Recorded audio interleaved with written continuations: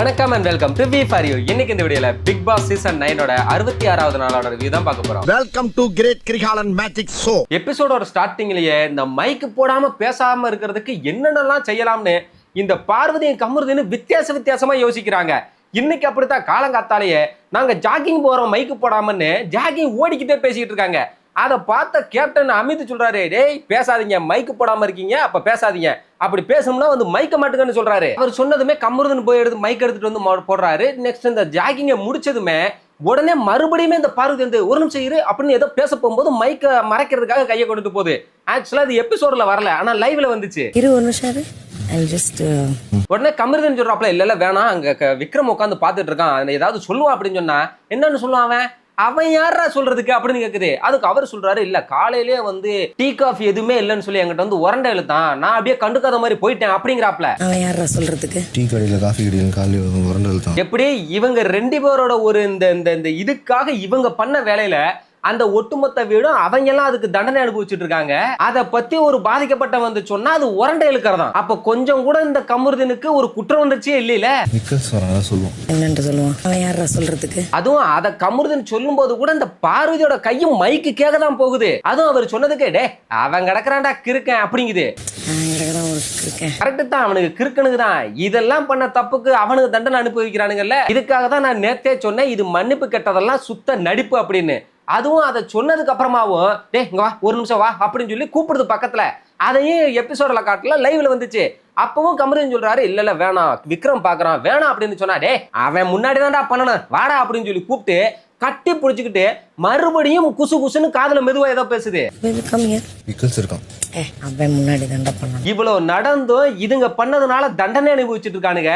ஆனா அவங்கள வெறுப்பேத்தணுன்றதுக்காக பண்ணுது பாத்தீங்களா. அதுவும் இப்ப கட்டி பிடிச்சதுக்கான காரணமே வேற. இதுவும் ஒரு மாஸ்டர் பிளான் நினைச்சிட்டு பண்ணிருக்காங்க. டைரக்டா மைக்க கைய வச்சு பொத்துனாதானே நீங்க ஏதாவது சொல்லுவீங்க.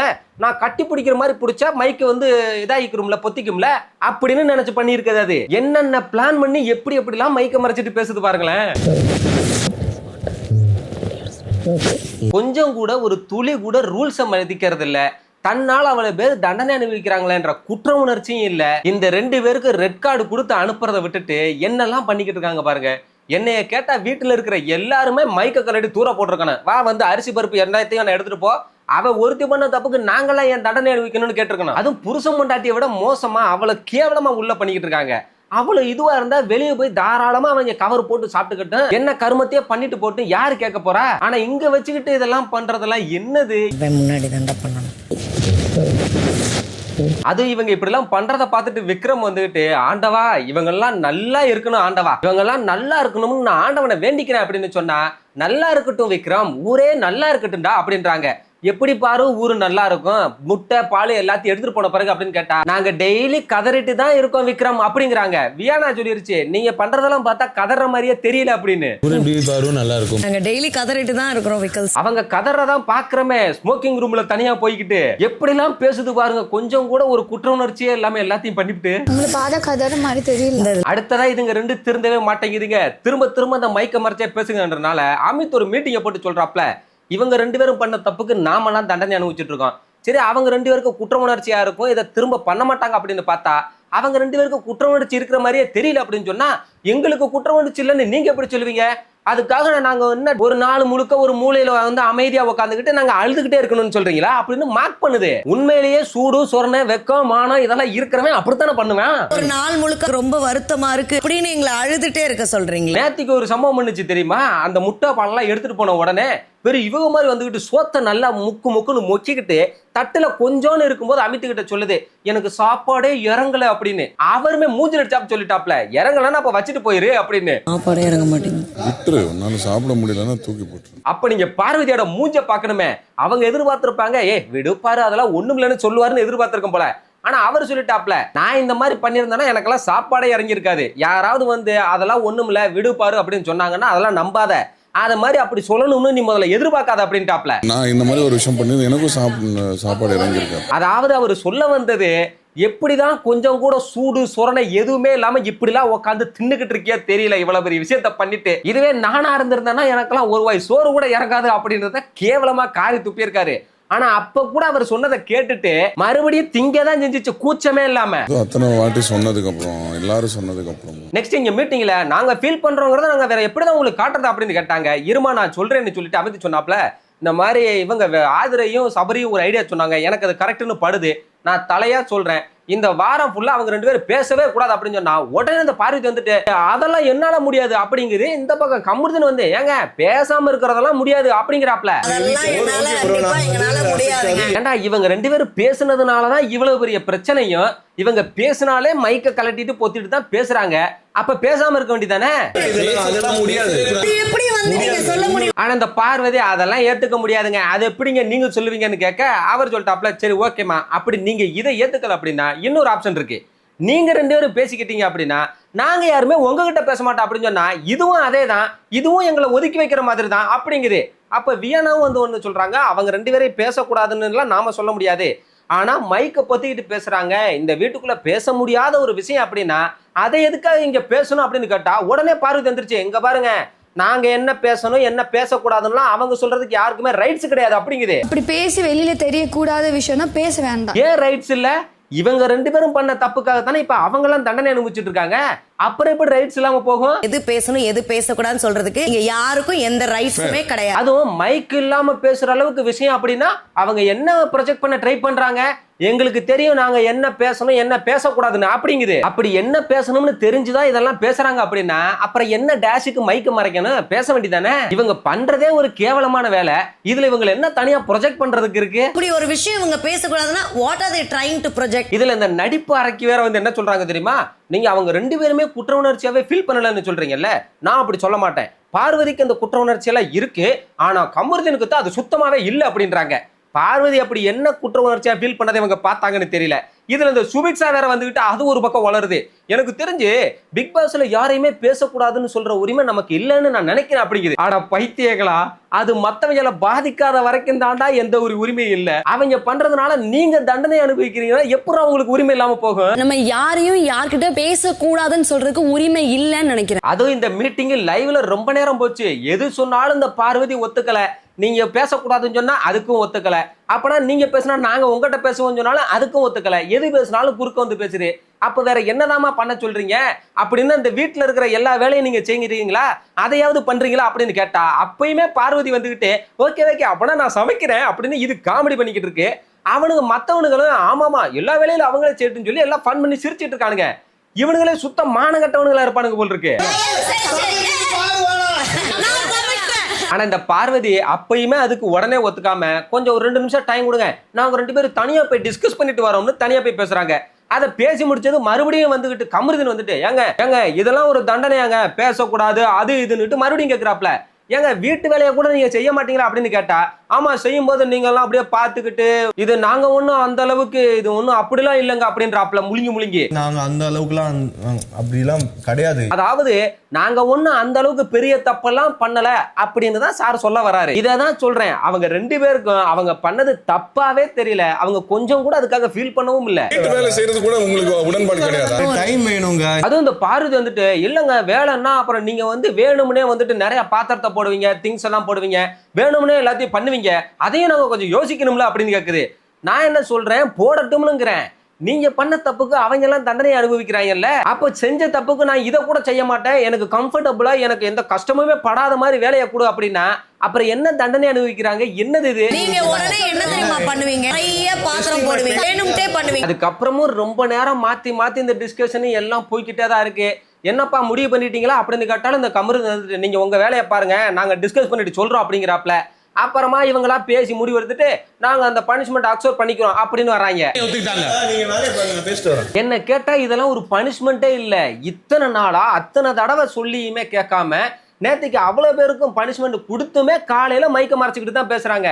அப்படின்னா இந்த 2 பேருக்கு ரெட் கார்டை கொடுத்து அனுப்பி விடணும். இந்த ஷோ மேல எங்களுக்கு ஆடியன்ஸ் எல்லாம் நாங்க வச்சிருக்கிற ஒரு மரியாதை அந்த இது கூட விஜய் டிவிக்கு ஏன் இல்லைன்னு தான் எனக்கு தெரியல. பிக் பாஸோட வாய்ஸுக்கே அவ்வளவு மரியாதை இருக்கும் அந்த வீட்டுல, அப்படி ஒரு பயம் இருந்துச்சு. அதை மொத்தமா அந்த பார்வதி வந்து உடைச்சு அவரை டம்மி ஆக்கி விட்டுருக்குது. ரூல் பிரேக்க தொடர்ந்து பண்ணிக்கிட்டே இருக்குது. அதெல்லாம் வெளியே அனுப்பணும். இல்லன்னு வைங்க நெக்ஸ்ட் சீசன்ல வரவங்க எல்லாம் பிக் பாஸ் ஒரு வாய்ஸா மட்டும்தான் பாப்பாங்களே தவிர கொஞ்சம் கூட பயப்பட மாட்டாங்க. நான் சொல்றத நான் சொல்லிட்டேன். பனிஷ்மெண்ட் வந்து நாங்க 2 பேருமே அக்செப்ட் பண்ணிக்கிறோம். ஓகேவா? நெக்ஸ்ட் ஆதிரை எஃப்ஜே மேல போட்ட கேஸ பத்தி விசாரிச்சுக்கிட்டு இருந்தாங்க. கேஸ் புதுசாலாம் ஒண்ணும் இல்ல. ஆல்ரெடி எல்லா இடத்துலயும் திரும்ப திரும்ப அவங்க சொல்லிக்கிட்டே இருக்கிற அதே இதுதான். என்னோட இமேஜை வந்து அவன் கெடுக்கிற மாதிரி எல்லாத்துக்கிட்டையும் போய் எனக்கு அவன் மேல ஒரு ஃபீலிங்ஸ் இருக்கிற மாதிரி சொல்லிட்டான். ஆனா எனக்கு ஒன்றும் அவன் மேல அப்படியெல்லாம் பெருசா ஃபீலிங்ஸ் எல்லாம் இல்ல அப்படின்னு சொல்ல வந்துட்டு இருந்துச்சு. ஆனா அது ஒன்றும் லவ் எல்லாம் இல்ல அப்படின்றாங்க. வந்து அவன் மேல எந்த ஃபீலிங்ஸும் ஐ மீன் ஒரு ஃபீலிங்ஸ் வந்து லவ் கிடையாது. ஆனா எந்த ஃபீலிங்ஸுமே இல்ல அப்படின்னு சொல்ற இதே மேடம் தான் எனக்கு முத்தம் விடுறான்னு சொல்லி கேட்டு இருந்திருக்காங்க. ஆனா ஆமாங்க, அதை நேற்று சொல்லியிருந்தாப்புல, அதை எபிசோட்ல கட் பண்ணிட்டாங்க. மேடம் போய் எனக்கு கிஸ் கூடுன்னு கேட்டு இருந்திருக்காங்க. இவன் என்கிட்ட வந்து கிஸ் கூடுன்னு கேட்டா அப்ப நான் எனக்கு என்னன்னு தோணும் அப்படின்னு கேட்கிறாப்ல. அதுக்கு என்ன சொல்றாங்க தெரியுமா? ஆமா, இத ஒன்னே தான் சொல்லிக்கிட்டு இருப்பான் அப்படின்றாங்க. கிஸ் பண்ணன்னு கேட்டிருக்கா. இது ஒண்ணுதான் இருக்கு அவங்க கிட்ட. ஏண்டா கிஸ்ஸ கேட்டா அப்ப ஒருத்தன் அதை என்னவா எடுத்துக்கிருவான்? அப்புறம் அது லவ் கிடையாது அப்படின்னா அப்போ ஆதிரே பண்றது இது ஒரு கேவலமான ஒரு ரிலேஷன்ஷிப் மாதிரி இருக்க. நான் கிஸ் பண்ணுவேன், கட்டி பிடிப்பேன், மடியில படுப்பேன், ஆனா லவ் இல்ல அப்படின்னா என்ன கர்மமோ. சே, பாய் ஃப்ரெண்ட் இருக்கானடி, பார்த்தா என்னடி நினைப்பான்? அவனா சில் தான், அவனை ஹேண்டில் பண்ணிப்பேன். நெக்ஸ்ட் இந்த கேஸை கோர்ட்டுக்கு கொண்டுட்டு போனாங்க. ஆனா அதுக்கு முன்னாடியே விக்ரம் எஃப்ஜேவும் சேர்ந்து ஒரு முடிவை பண்ணிட்டாங்க. இதை பத்தி நம்ம பெருசா எதுவும் டிஸ்கஸே அங்க பண்ணிக்க வேணாம். சிம்பிளா ஆமாங்க தப்பு பண்ணிட்டேன் கில்ட்டின்னு ஒத்துக்கிட்டு இதை முடிச்சிடலாம் அப்படின்னு கோர்ட்ல போய் அங்க ஸ்டார்ட் பண்ணா ஆதிரை ஆரம்பிச்சாங்க பாருங்க. பேசுறாங்க பேசிக்கிட்டே இருக்காங்க. அவங்க பண்ணது எல்லாத்தையுமே ஜஸ்ட் ஒரு ஃப்ரெண்ட்ஷிப் தான். கஷ்டத்தை ஷேர் பண்ணிக்கிறதுக்கு ஒரு ஷோல்டர் வேணும். அப்படிதான் நான் அவங்ககிட்ட பழகினேன். மத்தபடி இது லவ் எல்லாம் இல்லன்னு ஒரு உருட்டிக்கிட்டு நான் ரொம்ப நல்லவங்கன்னு ஒரு கதையை ஒண்ணு அளந்து விட்டுக்கிட்டு இருக்காங்க. விஜய் நான் உன்னை லவ் பண்றேன் அப்படின்னு நான் அவரை லவ் டார்ச்சர் பண்ணதே கிடையாது. அவங்க என்னெல்லாம் பண்ணாங்கன்றத நம்ம ஆரம்பத்துல இருந்து பார்த்துட்டோம். ஆனாலும் திரும்ப வந்ததுல இருந்து நான் ரொம்ப நல்லவங்க அப்படிங்கிற மாதிரியே நிரூபிக்க ட்ரை பண்ணிட்டே இருக்காங்க. ஒருத்தவங்க ஒரு ஸ்பேஸ் கொடுக்காம நான் இன்னொரு பர்சன் கிட்ட போயிட்டு மாதிரி இருக்க போறது கிடையாது. அதுவும் மேடம் ஒன்று சொல்றாங்க, இது ஃப்ரெண்ட்ஷிப்பை தாண்டிய ஒரு உறவு, அவ்வளவுதான். இதுக்கு இந்த உலகத்துல இன்னும் பேரெல்லாம் ஒண்ணு வைக்கல அப்படின்றாங்க. அப்படிலாம் ஒண்ணு இல்ல மேடம், ஆல்ரெடி இந்த உறவுக்கு பேரெல்லாம் வச்சிருக்காங்க. பாவம் ஆதிரைக்கு தான் அது தெரியல போல் இருக்கு. அதை ஏன் வாயால நான் சொல்ல விரும்பல. உங்களுக்கு யாருக்காச்சும் அது தெரிஞ்சிச்சுன்னா கமெண்ட்ல சொல்லுங்க. இது ஃப்ரெண்ட்ஷிப் மட்டும் இல்ல, ஃப்ரெண்ட்ஷிப்பை தாண்டி ஒரு இது அந்த உலகத்துல இன்னும் அதுக்கு பேர் வைக்கல. அதுக்கப்புறமா ஆதிரை பேசுனாங்க பேசிட்டே இருக்காங்க. நானும் போய் சாப்பிட்டுட்டேன், பாத்ரூம் போய் குளிச்சுட்டு வந்துட்டேன். அப்பயும் பேசிக்கிட்டே தான் இருக்காங்க. ஆனா அவங்க எங்களுக்குள்ள இதெல்லாம் நடந்துச்சுங்க, எஃப்ஜே இப்படிலாம் பண்ணாங்கன்னு எல்லாத்தையும் சொல்றதெல்லாம் பார்க்கும்போது எஃப்ஜேவை வந்து கெட்டவனா காட்டுற மாதிரி இல்ல. ஓ, ஆதிரை இப்படியெல்லாம் கூட பண்ணிக்கிட்டு இருந்தாங்களா அப்படின்னு நமக்கு ஞாபகப்படுத்துற மாதிரி தாங்க எனக்கு ஃபீல் ஆச்சு. மேபி இது எனக்கு மட்டும்தான் அப்படி இருந்துச்சா இல்ல உங்களுக்கு எல்லாம் எப்படி இருந்துச்சு? அதை கொஞ்சம் கமெண்ட்ல சொல்லுங்களேன். என்கிட்ட நடந்த எல்லா விஷயத்தையுமே அந்த பொண்ணு கிட்ட நடக்காத மாதிரியே போர்ட்ரே பண்ணி, ஆனா இவங்க இப்படி மணிக்கணக்கா பேசிட்டு இருக்காங்க. ஆனா எஃப்ஜே வந்தாப்புல நான் அவர் சிம்பிளா ஏங்க இப்படிலாம் தாங்க நடந்துச்சு, ஒருவேளை இது இவங்களுக்கு தப்பா தெரிஞ்சிருது அப்படின்னா ஐ எம் வெரி சாரிங்க, ஐ ஃபீல் சோ கில்ட்டின்னு சொல்லி சிம்பிளா முடிச்சு விட்டாப்ல. என்ன கேட்டா எஃப்ஜே பண்ணது வந்து ஒரு நல்ல விஷயம் தான் சொல்லுவேன். அவர் நினைச்சிருந்தாருனாக்கா ஆதிரை இவர்கிட்ட எப்படி எல்லாம் பேசினாங்க என்னெல்லாம் பண்ணாங்கன்றத அவருமே பேசி இருந்திருக்கலாம். அந்த முத்தம் கேட்ட விஷயத்த கூட சொல்லி கேட்டு இருந்திருக்கலாம். வெளியே ஒரு லவ்வரை வச்சுக்கிட்டு என்கிட்ட கிஸ் கேட்டதுக்கு என்ன அர்த்தம்? ஃப்ரெண்டே இல்ல, நான் லவ்வரே இல்ல அப்படின்னா அப்பதானே கள்ள தொடர்பா அப்படின்னு கூட கேட்டு ஆதிரையை அவர் நினைச்சிருந்தா அசிங்கப்படுத்தி இருக்கலாம். ஆனா அந்த அளவுக்குலாம் அவர் போகாம அதை சிம்பிளா இதுதாங்க என் தரப்பு, இது நான் இப்படி நினைச்சுதாங்க பண்ணேன், அதனால ஒருவேளை தப்பா இருந்தா சாரிங்கன்னு கேட்டு முடிச்சிட்டாரு. I am very sorry, feel so guilty. FJ இப்படி சொல்லுவாருன்னு இந்த சைடுல எவனுமே எதிர்பார்க்கல. என்னடா டக்குன்னு கில்ட்டின்னு சொல்லிட்டான் அப்படின்னு. ஆனா அரோரா வந்து நான் குறுக்கு விசாரணை பண்ணணும்னு வராங்க. ஏமா அவன் கில்ட்டின்னு ஒத்துக்கிட்டான், இதுக்கு மேல நீ என்னத்த குறுக்கு விசாரணை பண்ண போறேன்னா? ஐயா நான் சாட்சியெல்லாம் கொண்டு வந்திருக்கேன், அவங்க எல்லாம் பேசணும்ல அது இதுன்னாங்க. ஏமா அவன் ஒத்துக்கிட்டாமா, நான் தான் தப்பு பண்ணிட்டேன் சாரி அப்படின்னு. இதுக்கு மேல உங்களுக்கு என்ன வேணும்? இது வேணும்னு தானே நீங்க கேஸ் போட்டீங்க, அங்கேயே கேஸ் முடிஞ்சிருச்சுல அப்படிங்கிறாரு. ஒத்துக்கிட்டோம், இதுக்கு மேல என்ன வேணும்? எங்களுக்கு இதுதானே ஆசைப்பட்டீங்க. அதாவது அவங்களுக்கு அவர் மன்னிப்பு கேட்கணும் அப்படிங்கறதெல்லாம் தேவையா கிடையாது. அவங்களுக்கு எஃப்ஜேவை வந்து அசிங்கப்படுத்தணும், அவன் ஒரு கேவலமானவன் அப்படின்னு எல்லாருக்கும் பதிவு பண்ணணும், அதுதான் அவங்களுக்கு தேவை போல. ஒத்துக்கிட்டாருன்னா அதுக்கு மேல பேச்சே இல்ல. ஆனா ஆதிரைக்கு ஆத்திரம் அடங்கலங்க. ஆமா அவங்களுக்கு என்னடா இது, இவன் ஏதாவது பதிலுக்கு பேசுவான், நம்ம பார்வதியை கூட்டி சாட்சி சொல்ல வச்சு இவனை அசிங்கப்படுத்தலாம்னு பார்த்தா இப்படி சொல்லிட்டானேன்னு கவலையா நிக்கிறாங்க. எல்லாத்தையும் ஒத்துக்கிறேன் Aadhirai, I am sorry, I am genuinely very sorry. Next இது முடிஞ்சதுக்கு அப்புறமே ஆதிரை வெளியே போய் புலம்பிக்கிட்டே இருக்காங்க. அவன் இதை சிம்பிளா முடிச்சு அவன் மேல சிம்பத்தி கிரியேட் பண்ணிக்கிட்டான் அப்படின்றாங்க. வியானா கிட்டேயும் போய் அவன் என்கிட்ட நடந்ததுக்கோ இல்ல உங்ககிட்ட நடந்துகிட்டதுக்கோ எந்த சாட்சியும் வரவிடாம சிம்பிளா முடிச்சுக்கிட்டா அப்படின்றாங்க. சிம்பிளா முடிச்சு அவன் சைடுல சிம்பத்தி கிரியேட் பண்ற மாதிரி. முதல்ல இது ஆதிரைக்கே தெரிய வேணாமா? இந்த விஷயத்தை திரும்ப பேசினா அது ஒரு அசிங்கம் தான் அப்படிங்கிறது. அது வியானா கிட்ட அவர் நடந்துகிட்டதுக்கு வியானா தான் அதை கேட்கணும். இவங்க எதுக்கு தேவையில்லாம அதை உள்ள இழுத்து விடணும் இவங்களோட பிரச்சனைக்காக? உங்ககிட்ட இது பண்ணதுக்கு எதுக்குமே நம்ம பேசுறதுக்கோ சாட்சியை கொண்டு வர்றதுக்குமே பண்ண விடாம அங்க உள்ள அமித்து போய் இதை கேட்டுட்டு இருக்காரு. அப்பயுமே விக்ரம் சொல்றாப்ல, ஐயா இவர் பல தடவை அதை சாரி கேட்டு முடிச்சுட்டான் ஐயா. அதுக்கப்புறமா அவங்க திரும்ப அதை அங்க எடுத்துட்டு வர்றாங்க. அதனாலதான் இதை பப்ளிக்ல ஒரு தடவை எல்லாத்தையும் பேசி முடிச்சிடணும் தான் நாங்க இதை பண்ணிட்டோம் அப்படின்றாப்ல. எஃப்ஜே சொல்றாரு, உங்களுக்கு எல்லாம் தெரியுமா, நான் இதை ஏற்கனவே அவகிட்ட 2 நாளைக்கு முன்னாடி தான் நான் genuinely I'm very very sorry, நான் அப்படி நினைச்சு பண்ணல, ஃபீலிங்ஸை வச்சோ இல்ல இந்த மாதிரி கண்டென்ட்டுக்காகவும் நான் விளையாடணும்னு நினைக்கல அப்படின்லாம் நான் சொல்லிட்டேன் அப்படிங்கிறாப்ல. ஆல்ரெடி 2-3 தடவை இதே விஷயத்தை சாரி கேட்டுட்டாங்க, திருப்பி இதை கொண்டு வராங்க. அப்படின்னா இவ்வளவு நேரடியா வந்து பேசி முடிச்சதுக்கு அப்புறமும் ஆதரிக்க அப்புறம் என்னதான் வேணும்? வந்ததுல இருந்து போன வாரம் நாமினேஷன்ல அதே ரீசன், அவ்வளவு கிளியரா அவ்வளவு ப்ரொஜெக்ஷன் பண்ணி, இந்த வாரம் நாமினேஷன்ல அதே ரீசன், வீக்கெண்ட் எபிசோட்ல அதே டாபிக், இப்படி எல்லா இடத்துலயும் அதையே பேசி பேசி பேசி பேசி பேசி இன்னும் அவங்களுக்கு என்னதான் வேணுமா? அவங்களோட ஆத்திரம் அடங்குற வரைக்கெல்லாம் ஒருத்தங்க பேசிக்கிட்டே இருக்க முடியுமா? ஐம் வெரி வெரி சாரி, நான் கேம் ஆடுறேன்னு தோணுச்சா அதே கேமா அதே ஃபோர்ஸ்ல நீ விளையாடு. அங்க வியானா தெளிவா சொல்லிக்கிட்டு இருக்காங்க, எனக்கும் சுபிக்ஷாவுக்கும் பிரச்சனை வந்தப்போ என் கஷ்டத்தை சொல்றதுக்காக தான் நான் அவன்கிட்ட பேசினேன், எனக்கு அவன் சேம் ஃபீலிங் சுபிக்ஷாட்ட இருக்கிற மாதிரி கொடுத்தான், அவ்வளவுதான், வேற எதுவுமே இல்லை அப்படின்றாங்க. அதுக்குமே ஆதரவு வந்துகிட்டு அப்படின்னா எதுக்கு எனக்கு இப்படி ப்ரொஜெக்ட் ஆகணும் அப்படி ப்ரொஜெக்ட் ஆக வேணாம்லாம் எதுக்கு அவன் சொல்றான் அப்படின்றாங்க. அவங்க அப்படிலாம் ஒன்றும் சொல்லவே இல்லையா, அவன் எப்ப சொன்னான் அப்படின்னு கேட்டா, அன்னைக்கு ஜெயிலுக்கு வந்து உன்னைய போடாம வினோத்தை போட்டானே எதுக்கு அப்படின்னு கேட்கறாங்க. ஏய், அது நான் சொன்னேன், அது என்னோட கன்சர்ன் அப்படின்னு சொன்னாலும் வாட் எவர் இட் இஸ் அப்படின்றாங்க. எனக்கு புரியலங்க, அவங்களே நான் தான் ஜெயிலுக்கு வரக்கூடாதுன்னு அதை பத்தி வருத்தப்பட்ட அப்படின்னு சொன்னதுக்கு அப்புறமா வாட் எவர் இட் இஸ் அப்படின்னா அது என்ன வேணா நீ உண்மையா இருக்கட்டும், நான் இப்படித்தான் சொல்லுவேங்கிற அர்த்தமா? அதுவும் என்கிட்ட என்னெல்லாம் பண்ணானோ அதே தான் உங்ககிட்டயும் பண்ண அப்படின்னு சொல்லிக்கிட்டே இருக்காங்க. அதை அவங்க பாத்துக்கட்டும். இப்ப எதுக்காக வந்ததுல இருந்து அவங்க வியானாவை துணைக்கு ஆள் சேர்க்கிற மாதிரி சேர்த்துக்கிட்டே இருக்காங்க எஃப்ஜேக்கு எதிரா? என்கிட்ட என்னென்னலாம் பண்ணானோ அதுதான் உங்ககிட்டயும் பண்ண வியானா, உனக்கு அது தெரியுமா என்னங்கிறது எனக்கு தெரியல. அப்புறமா அங்க விக்ரமுமே எஃப்ஜே கிட்ட சொல்றாப்ல, நீ அதுக்கப்புறமா ஆதரை கிட்ட இன்னொரு வாட்டி போய் ஜென்யூனா பேசி ஒரு சாரி கேட்டு அப்படின்னு சொல்லிட்டு இன்னொன்னு சொல்றாப்ல. அதுதான் சாரி கேட்டு முடிச்சுட்டாங்க, கில்ட்டின்னு சொல்லியாச்சு. ஆனாலும் வந்து சாட்சியை விசாரிக்கணும்னு கேக்குறாங்க. ஏன்னா அவங்களுக்கு நீ சாரி கேட்கறதெல்லாம் தேவையில்லை, அவங்களுக்கு உன்னை அசிங்கப்படுத்தணும், அவ்வளவுதான் அவங்களுக்கு அப்படிங்கிறாப்ல. அது தப்பு இல்ல அப்படின்னு. அதுதான் உண்மை. ஆதரைக்கு எஃப்ஜேவை அசிங்கப்படுத்தணும், அதுக்காகத்தான் பாவம் அவ்வளவு தூரம் போராடுறாங்க. சாரி கேட்டிருப்பியா, அதுக்கப்புறம் திருப்பி ஆதாரங்களை கொண்டு வரணுமா, இதுக்கு அசிங்கப்படுத்தணும்? அதுவும் அதை பண்ற இதுல அவங்களோட செகண்ட் சான்ஸை இதுக்காக மட்டுமே யூஸ் பண்ணிக்கிட்டு இருக்காங்க. நான் வினோத்தை எக்ஸ்போஸ் பண்ண போறேன், நான் எஃப்ஜேவை எக்ஸ்போஸ் பண்ண போறேன்னு அவங்களுக்காக யூஸ் பண்ணவே இல்ல. அசிங்கப்படுத்தணும், அது தப்பு இல்ல. அங்க வெளியே வேற பார்த்தா அந்த ஆதரையும் பார்வதியும் சேர்ந்துக்கிட்டு அமித்த போற போட்டு கத்துன்னு கத்திக்கிட்டு இருக்குதுங்க. நீங்க இந்த எங்க சைட பேச விடாம பண்ணிட்டீங்க, சாட்சிகளை இது பண்ண விடாம பண்ணிட்டீங்க அப்படின்னு. ஏமா அவன் ஒத்துக்கிட்டாமா, அதுக்கப்புறம் என்னமா பண்ண முடியும்? உங்களுக்கு பேசணும்னா இங்க வச்சு பேசுங்கன்னு சொன்னாலும் ஆதரை கத்துறாங்க, எனக்கு அதெல்லாம் வேணாம், எனக்கு அங்க வச்சு டாஸ்க்ல வச்சு தான் அவனை ப்ரூவ் பண்ணணும், நீங்க அதை கட் பண்ணிட்டீங்க அப்படின்றாங்க. ஏமா அவன் கில்ட்டின்னு சொல்லி ஒத்துக்கிட்டாமா, அதுக்கு மேல என்னமா பேச முடியும்னு கேட்டாலும் பார்வதியோர் வந்துட்டு அவளுக்கு டாஸ்க்ல வச்சுட்டு பேசணும், நீங்க அவளோட ஃபீலிங்ஸே புரிஞ்சுக்க மாட்டேன்ட்டீங்க அப்படின்றாங்க. இந்த 2 பேரும் என்ன கேட்டுக்கிட்டு இருக்காங்கன்னு எனக்கு புரியல. ஒரு கோர்ட்ல ஒருத்தன் வந்து ஆமா நான் தப்பு பண்ணிட்டேன்னு ஒத்துக்கிட்டானால அங்க கேஸ் முடிஞ்சு போச்சு. இவங்க போட்ட கேஸும் அதுதான், அவன் ஒத்துக்கணும் அப்படிங்கறது. அதனால அவனும் ஜட்ஜ்மெண்ட்டை கொடுத்து டிஸ்மிஸ் பண்ணிட்டாப்ல.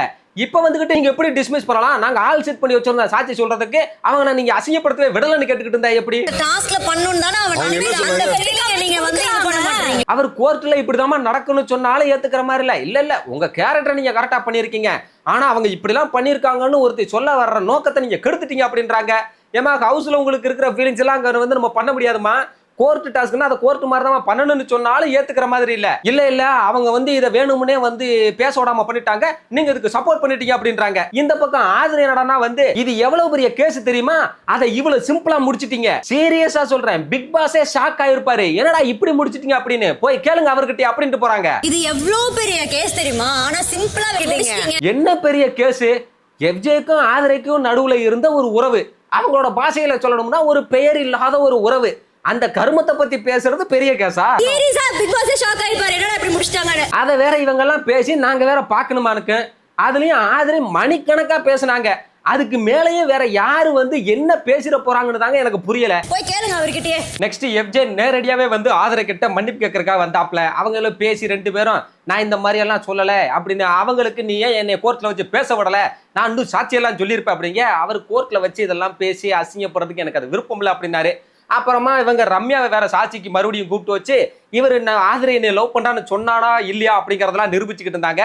ஃபைனலா அவரு நான் என்ன பேசினாலும் உனக்கு இங்க கேம் ஆடுற மாதிரி தான் தெரியும், அதனால நீ அப்படியே கூட நினைச்சுக்கோ, வெளியே போனதுக்கு அப்புறம் நீ பேசினாலும் ஓகே பேசாட்டி ஓகே அப்படிங்கிற மாதிரி சொல்லி அதை முடிச்சாங்க. அப்புறம் கொஞ்ச நேரத்திலேயே பார்த்தா பெட்ரூம்ல போய் ஒன்னா உட்காந்துக்கிட்டு இருக்காங்க ஒரே பெட்ல. அரோரா சொல்றாங்க இப்படியே இருந்தா எப்படி, டாஸ்க் முடிச்சிட்டு அவங்ககிட்ட பேசிரு அப்படின்றாங்க. அதுக்கு ஆதிரியும் ஏய் அவன் பேசுனா நான் பேசதான் போறேன், நான் நார்மலா தான் இருக்கேன் அப்படின்றாங்க. அவன் பேசினா நான் பேசுறேன், நார்மலா தானே இருக்கேன் நானு. அப்புறமா பார்த்தா இவர் வந்துட்டு இல்ல ஒரு ரிலேஷன்ஷிப்லாம் வந்து ப்ளீஸ் பண்ணிலாம் வாங்க முடியாது, அதுக்கெல்லாம் ஒரு தனியா எஃபோர்ட் போட்டு தான் வரும்னு சொல்ல, அதுக்கு அவங்க ஆமா அப்படி போட்ட எஃபோர்ட்டை தான் அப்படின்னு சொல்லிட்டு ஒரு மாதிரி அழுகிற மாதிரி ஆயிட்டாங்க. உடனே இவர் எந்திரிச்சு போய் பக்கத்துல உட்காந்துட்டு கட்டி பிடிச்சிட்டு சாரி கேட்க ஆரம்பிச்சிட்டாரு. மேல உள்ளது சாரி கேட்கிறாரு, அவங்களும் அழுதுகிட்டு இருக்காங்க. இவனுக்கு திருந்தவே மாட்டானுங்க போல் இருக்கு. ஆனா ஆக்சுவலா பார்த்தா இந்த இடத்துலதான் வந்து அந்த கிசு கேட்ட மேட்டரை பத்தி அவர் பேசுனது. நெக்ஸ்ட் பார்வதி எஃப்ஜே மேல போட்ட ஒரு கேஸை கொண்டுட்டு வந்தாங்க. என்ன கேஸ் போட்டிருக்காங்க தெரியுமா? இது ஒரு ஷோ, இதை எல்லாரும் பாக்குறாங்க அப்படிங்கிற உணர்வும் இல்லாம என்னையும் திருமணமான அமித்தையும் சேர்த்து வச்சு அவர் கலாச்சிட்டாரு. அது போக நான் லவ் கண்டென்ட் பண்ணி தான் இந்த ஷோல முன்னேறி போறேன்னு அதை கொச்சப்படுத்திட்டாரு அப்படின்றாங்க. எல்லாரும் இந்த ஷோவை பாப்பாங்க என்ற உணர்வும் இல்லாம என்னை மற்றும் திருமணமான அமித்தை, அதாவது என்னையும் அமித்தையும் சேர்த்து வச்சுன்னு கூட அவங்க எழுதி இருந்திருக்கலாம். ஆனா அப்படி எழுதுனா நார்மலா இருக்கும்ல. எஃப்ஜேவை கேவலமா காட்டணுன்றதுக்காக அமித்தை பத்தி கொஞ்சமும் கவலைப்படாம திருமணமான அமித்னு அதை எழுதி வச்சிருக்காங்க. தன்னோட சுயநலத்துக்காக தன்னோட ஈகோவை சாட்டிஸ்ஃபை பண்றதுக்காக யார வேணா அசிங்கப்படுத்துறதுக்கு ரெடியா இருக்குது பாருங்களேன். இருக்கும் நட்பை கொச்சைப்படுத்தி அழைத்து பேசியுள்ள, அதுவும் ஷோங்கிற உணர்வே இல்லாமன்றாங்களே. ஏன் அது கமருதின் மடியில படுத்து உருளும் போது அவரை கட்டி பிடிக்கும் போதெல்லாம் இந்த இது ஒரு ஷோ, இதை எல்லாரும் பார்ப்பாங்க அப்படிங்கிற உணர்வெல்லாம் எங்க போச்சு? ஏன் அவங்களுக்குன்னு வரும்போது மட்டும்தான் இதெல்லாம் தெரியுமா? இந்த ஷோவை பாப்பாங்க என்ற உணர்வும் இல்லாமல் இதுக்கப்புறம் இந்த கேஸ்ல மாத்தி பேசிக்கிட்டே தான் இருந்தாங்க. அதை நான் வளவலன்லாம் உங்களுக்கு இழுக்க விரும்பல. ஃபைனலா பார்வதி சொன்னது அவர் அமித்துக்கிட்ட சாரி கேட்டுட்டாரு.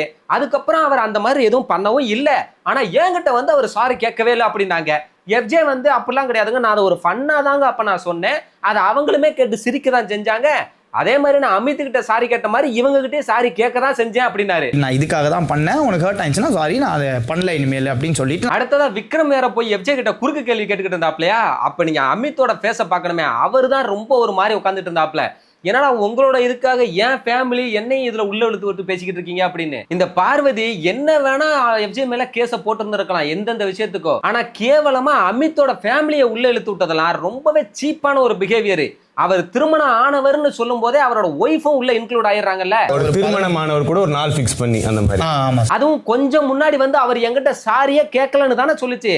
ஆனா இப்ப வந்துகிட்டு அவர் ஆதிரி கிட்ட கேட்ட மாதிரி நான் கில்ட்டின்னு ஃபீல் பண்ணி என்கிட்ட சாரி கேட்கல அப்படின்னு சொல்லுது. அதாவது சாரி கேட்டு முடிஞ்சு போன ஒரு பிரச்சனைய திரும்பவும் எடுத்துட்டு வந்து எனக்கு இப்படியெல்லாம் சாரி கேட்கல அப்படின்னு சொல்லி பேசிட்டு இருக்குது. கொஞ்ச நேரத்துக்கு முன்னாடி ஒரு கில்ட்டியா ஃபீல் பண்ணி அவர் சாரி கேட்ட மாதிரிலாம் இல்ல. இந்த கோர்ட் டாஸ்கே முடியாத பிரச்சனைய வீக்கெண்ட்ல வந்து பேசப்படாத பிரச்சனையை பத்தி பேசுறதுக்கு தான். ஆனா இங்க வர்றவங்கலாம் தன்னோட சுயநலத்துக்காக தன்னோட சொந்த வன்மத்தையும் அந்த பழி தீர்க்கிறதுக்குமா தான் இந்த டாஸ்கை யூஸ் பண்ணிக்கிறானுங்க. சாரி கேட்கறதுக்கு முன்னாடி சாரி அங்க கேட்டிருக்காரு. ஃபைனலி ஜட்ஜ்மெண்ட்ல அரோரா வந்து நீங்க ஆல்ரெடி இதை சாரி கேட்டு முடிச்சிட்டீங்க, அவங்க அப்படிப்பட்ட ஒரு விஷயத்தை இங்க எடுத்துட்டு வந்து திரும்ப கொண்டு வந்திருக்காங்க, அங்கேயே கேஸ் முடிஞ்சு போச்சு. ஆனா நீங்க தேவையே இல்லாம நீங்க டேட்டு போனேன்னு நான் சொன்னதெல்லாம் வந்து 4ஆம் தேதி 5ஆம் தேதியை சொன்னேன்னு நீங்க அது இதுன்னு சொன்ன இந்த பொய் சொன்ன ஒரே காரணத்துக்காக இந்த கேஸ் பார்வதிக்கு சாதகமா போகுது அப்படின்ட்டாங்க. அவ்வளவுதான். பார்வதிக்கு அவ்வளவு சந்தோஷம், அப்படி குதிச்சுக்கிட்டு இருக்குது. இந்த வழக்கே ஒரு பொய்யான வழக்கு. தேவையே இல்லாம இந்த எஃப்ஜே வாய விட்டதுனாலதான் அது பக்கம் தீர்ப்பு மாறி போச்சு. என்னமோ இவங்க பெரிய நியாயமானவங்க, இவங்களுக்கு நீதி கிடைச்சிச்சுங்கிற மாதிரி குதிச்சுக்கிட்டு இருக்குது. தனியுமே சொல்றாங்க ஓ வாயால தாண்டா நீ கெட்டு போற அப்படின்னு. அங்க பார்வதி நாடா சபரி கிட்ட சொல்லிட்டு இருக்காங்க அவன் தோத்துட்டான் அப்படிங்கறதுனாலதான் நீ லவ் கண்டென்ட் தான் பண்ற அப்படின்னு சொல்லி என் வாயை பிடுங்க பாக்குறான். டேய் நான் என்ன வேணா பண்ணுவேன்டா, அத சொல்ல நீ யாரு அப்படின்னு கேட்டுட்டு இருக்காங்க. நான் இங்க என்ன வேணாலும் பண்றேன். Who are you to tell that? அதே மாதிரி தான் அவர் என்ன வேணா சொல்லுவாரு, அதை கேட்க இவங்க யாரு? அது அவரோட இஷ்டம் தானே. ஆனா அதை கேட்கறதுக்கு மட்டும் மேடம் வந்துருவாங்க. Who are you to tell that? Who are you? இங்க ஆதரே வேற என்னடானாக்கா இப்ப பார்வதி கேஸ்ல மாதிரி மட்டும் அவன் பேசியிருந்தான்னா என் கேஸ்ல அவனை நான் எக்ஸ்போஸ் பண்ணிருப்பேன் அப்படின்றாங்க. இவங்க அவ்வளவு தூரம் பேசினதுக்கு அப்புறமும் இன்னும் எக்ஸ்போஸ் பண்றதுக்கு என்ன இருக்குதுன்னு தாங்க புரியல. அவ்வளவு வாட்டி அவ்வளவு இடத்துல பேசிட்டாங்க. இந்த பக்கம் இந்த பார்வதி வேற வின் பண்ண இதுல அப்படி போட்டு குதிச்சுக்கிட்டு அலையுது. அவன் கோர்ட்ல வச்சு சாரி கேட்கல பத்தியா அப்படின்னு எஃப்ஜே கூட்டு கேட்டாப்ல. நான் உங்ககிட்ட சாரி கேட்டனா இல்லையா அப்படின்னு கேட்டா நீ கோர்ட்ல வச்சு கேட்கறதுக்கு உனக்கு என்ன அப்படின்னு கேக்குது.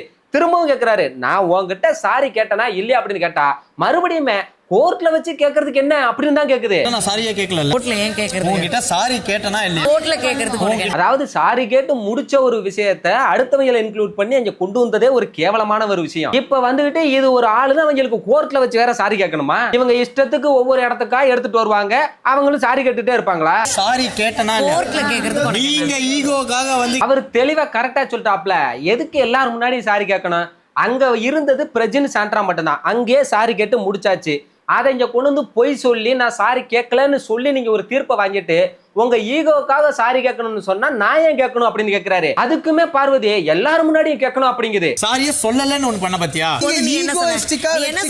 இது பச்சையா தெரியுது. எஃப்ஜேவை நம்ம எல்லாரும் முன்னாடி நம்ம கிட்ட மன்னிப்பு கேட்கணும் வைக்கணும் அப்படிங்கிற ஈகோ தான் அப்படிங்கிறது. அடுத்து இந்த லவ் கண்டென்ட் பத்தியும் கேட்கிறாப்ல. நீயே லவ் கண்டென்ட் தான் பண்றேன்னு ஒத்துக்கிட்டியே இல்லையா? அப்புறம் என்ன அப்படின்னு கேட்டா, ஏண்டா நான் எது வேணாலும் எப்படி வேணாலும் பண்ணலாம்டா அப்படிங்குது. அதேதான் நானுமே நீ லவ் பண்றேன்னு தான் சொன்னேன், நீ லவ் பண்றது தப்புன்னு நான் எங்கேயாச்சும் சொன்னா அப்படின்னு கேட்டா கம்முன்னு நிக்குது, பதிலே இல்ல. லவ் கண்டென்ட் பண்றீங்க அது தப்புன்னு நான் என்னைக்காவது சொன்னேனா? ஏன்னா பதிலே இல்ல. ஆக்சுவலி பாத்தீங்கன்னா இந்த பிறவி இருக்குதே பார்வதி, அது கேவலமா பொய் சொல்லி ஒரு தீர்ப்பை வாங்கிருச்சு. அதை அப்படியே விட்டு இருந்திருக்கலாம். ஆனா நான் எஃப்ஜேவை வின் பண்ணிட்டேன் பாரு அப்படின்னு தலக்கணத்துல ஆடுனதுல இப்பதான் அது பண்ணது, அது ஏமாத்துனது எல்லாமே எக்ஸ்போஸ் ஆகுது. எது வேணாலும் எப்படி வேணாலும் பண்ணலாம்டா. ஆனா இதுக்கப்புறம் லைவ்ல இன்னும் நடந்துச்சு. அமித் நேரடியாவே போட்டு போயிட்டு பார்வதிட்ட கேட்டாப்ல, எதுக்கு இப்படி கொண்டு வந்து அங்க வச்ச அப்படின்னு. அதுக்கு பார்வதி என்ன சொல்லுது தெரியுமா? இன்னொரு திருமணமான ஆளோட சேர்த்து வச்சு பேசுறதே தப்பு அப்படின்னு சொல்றாங்க. ஆனா அப்படி ஒரு விஷயத்த கோர்ட் ரூம்ல கொண்டு வந்து பேசினது எனக்கு தப்பாவே தெரியலடா அப்படின்றாங்க. ஐடியாலஜி தப்பு. அது எவ்வளவு தடவை நீ வந்து சொன்னாலும் சேர்த்து வச்சு பேசுனது தப்புனா அங்கேயே சாரி கேட்டு முடிச்சிட்டாங்க, அதோட விட்டுறணும்ல அசிங்கம் அப்படின்னா. அதை திரும்பவும் கொண்டு வந்து பேசுனது மட்டும் தப்பா தெரியலையா? அத நான் இந்த கோர்ட் ரூம்ல கொண்டு வரணும்னு நினைக்கிறதுல எனக்கு எந்த தப்புமே தெரியல. அடுத்து உட்கார வச்சு எஃப்ஜே நல்லா எக்ஸ்போஸ் பண்ணாப்ல பார்வதியை வச்சு. முதல்ல உங்களுக்கு அசிங்கமா இருக்கும், உங்களுக்கு ஹர்ட் ஆகும் அப்படின்னா அந்த கேஸை எடுத்தது எழுதுனதே முதல்ல தப்பு. ஏன்னா அவளுக்கு எஃப்ஜேவை இதுல யூஸ் பண்ணாதான் தப்பா காட்ட முடியும், ஃப்ரேம் பண்ண முடியும். அதுக்காக தான் இதுல அமித் சாவானே அப்படின்னா சரி அமித் அவன் கிடக்குறான் அவன் சாவட்டும் அப்படிங்கிறதுக்காக இதை எடுத்துட்டான் அப்படின்றாரு. எஃப்ஜே சொல்றது உண்மைதாங்கிறத அமித்துமே ஏத்துக்கிறாரு. ஆமா என்னை அப்படித்தான் நினைச்ச பண்ணிருக்கான்றத அவருமே ஒத்துக்கிட்டாரு. அமித் அவன் சாவட்டும், அவனை நம்ம கண்டென்ட்டுக்காக யூஸ் பண்ணி அது கரெக்ட். தன்னோட சுயநலத்துக்காக யாரு அமித்தா? அவன் செத்தா செத்துட்டு போறான், அவனை எப்படி வேணா அவன் குடும்பம் நாசமா போட்டான், அவன் அசிங்கப்படுத்திட்டு போட்டோம். எனக்கு எஃப்ஜேவை அசிங்கப்படுத்தணும், அவளை ஒன்லி ஒன் தான் இந்த பார்வதியோட இன்டென்ஷனா இருக்கே தவிர இது எந்த மாதிரியான புத்தியும் தெரியல. இப்படிப்பட்ட ஒரு ஆளுக்கு சப்போர்ட் பண்றவங்க எல்லாம் நினைச்சா அவங்க எப்படிப்பட்ட ஆளுங்க இருந்தா என்னால புரிஞ்சுக்க முடியல. ஒத்துக்கிட்டு சாரி கேட்டு அந்த கேஸ் செத்து போய் அவ்வளவுதான் மக்களே, இதோட இன்னைக்கு எபிசோடு முடிஞ்சு போச்சு. இன்னைக்கு எபிசோடு எப்படி இருந்தது அப்படின்றத பத்தி கமெண்ட்ல சொல்லுங்க. பார்வதியோட கேஸை பத்தி ஆதிரியோட கேஸை பத்தி நீங்க என்ன நினைக்கிறீங்க அப்படின்றத கமெண்ட்ல சொல்லுங்க. இந்த வீடியோ உங்களுக்கு பிடிச்சிருந்தா வீடியோ லைக் பண்ணுங்க, ஷேர் பண்ணுங்க, கமெண்ட் பண்ணுங்க. மறக்காம நம்ம சேனலுக்கு சப்ஸ்கிரைப் பண்ணி கொஞ்சம் சப்போர்ட் பண்ணி விடுங்க. நான் நாளைக்கு வந்து உங்களை மீட் பண்றேன். அது வரைக்கும் டாடா.